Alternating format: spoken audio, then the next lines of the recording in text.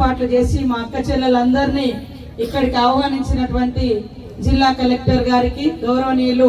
మా సోదరుడు పొన్నం ప్రభాకరణ గారికి, మరో ఎమ్మెల్యే మా సోదరుడు గవంపల్లి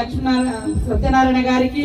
మరి సోదరిమణి బండ్రు శోభారానికి, చైర్పర్సన్ శారద గారికి, వేదిక మీద ఉన్నటువంటి మహిళా సోదరిమణులు, ఇతర ప్రజాప్రతినిధులు, అధికారులు, ఎస్పీ గారు,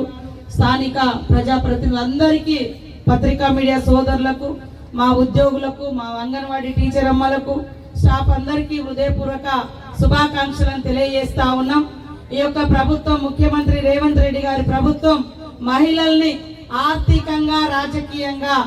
ఎదిగేందుకు తోడ్పాటు అందిస్తున్నటువంటి ముఖ్యమంత్రి గారి సంకల్పం నెరవేరి 1 కోటి మంది మహిళల్ని కోటీశ్వరులను చేయాలటువంటి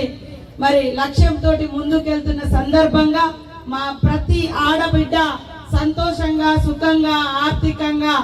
పెద్ద ఆర్థికవేత్తలుగా కూడా ఎదగాలని మనస్ఫూర్తిగా ఈ బతుకమ్మ తల్లి మనలందరినీ, మన బతుకులని మార్చే విధంగా ఈ పండుగ మరింత ముందుకు సాగాలని మనస్ఫూర్తిగా కోరుకుంటూ ఇక్కడికి వచ్చిన మీ అందరికీ పేరు పేరున బతుకమ్మ శుభాకాంక్షలను తెలియజేస్తూ,